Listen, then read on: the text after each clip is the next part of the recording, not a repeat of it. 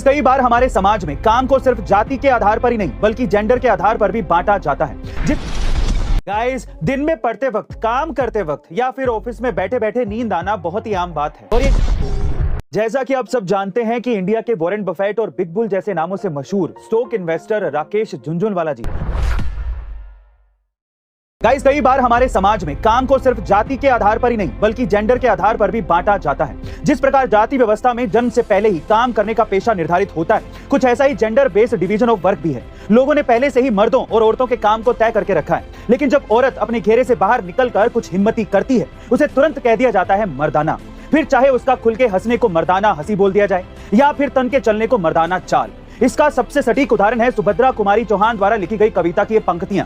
खूब लड़ी मर्दानी, वो तो झांसी वाली रानी थी, जहां रानी लक्ष्मीबाई की हिम्मत और पराक्रम को मर्दों की सी ताकत बता दी गई। और एक बार फिर न जाने कितने मर्दों को धूल चटाने वाली एक वीरांगना की ताकत पर भारी पड़ गई मर्दों की ताकत वाली ये उपमा। गाइस, आज ओलंपिक से लेकर कॉमनवेल्थ गेम्स तक में लड़कियां वेट लिफ्टिंग और मुक्केबाजी में भर भर के देश के लिए सोना लाई। तो अब बस यही है कि कोई उनकी मेहनत, जुनून, ताकत और प्रतिभा को ये ना कह दे कि वो मर्दाना है।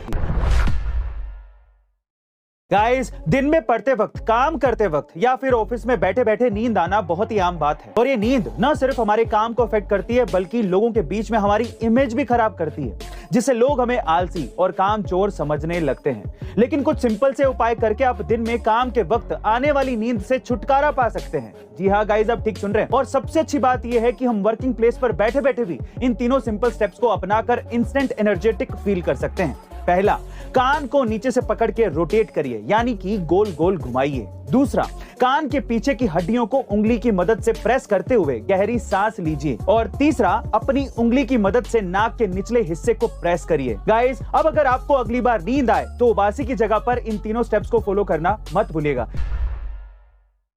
जैसा कि आप सब जानते हैं कि इंडिया के वॉरेन बफेट और बिग बुल जैसे नामों से मशहूर स्टॉक इन्वेस्टर राकेश झुनझुनवाला जी अब हमारे बीच नहीं रहे।